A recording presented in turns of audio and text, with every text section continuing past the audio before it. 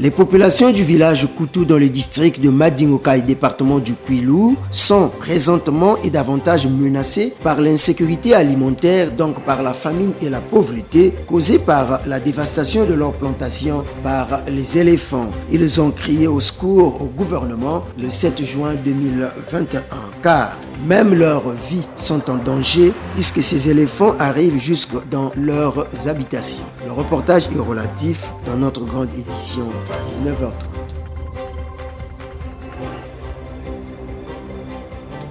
Au Tchad, un appel visant l'organisation des élections démocratiques sincères en vue d'une paix durable a été lancé par une vingtaine de personnalités de haut rang, parmi lesquelles des anciens ministres et des fonctionnaires internationaux. Pour cela, ils réclament un dialogue inclusif.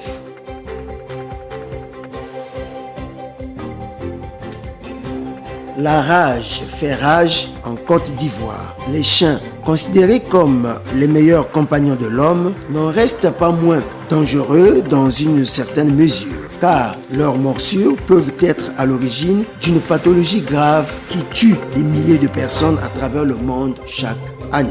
Pourtant, bien de pays ont pu éradiquer cette maladie des chiens.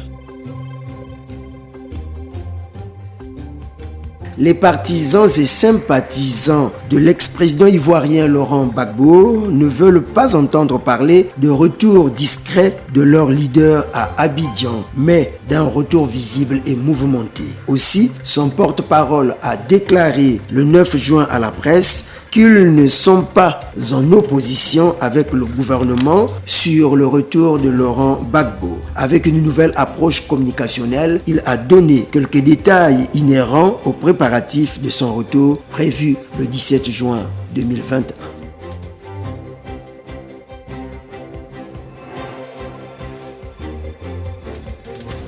Après avoir subi plusieurs attaques djihadistes, dont la dernière en date et la plus meurtrière de son histoire, Roch Marc Christian Kaboré, le président du Burkina Faso, a estimé que les Africains ont tout à gagner en se ressaisissant et en s'unissant pour lutter contre les djihadistes qui font la terreur en Afrique de l'Ouest.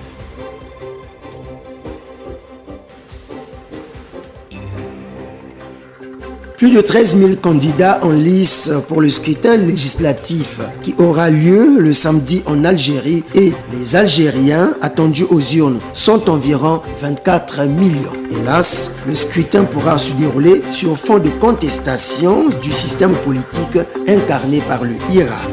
La diaspora algérienne est loin d'être intéressée par ce vote. C'est là, Madame, Monsieur, l'économie de ce bulletin d'information. Merci à vous de l'avoir suivi. Rendez-vous tout à l'heure à 19h30 pour notre grande édition du journal sur TPT+.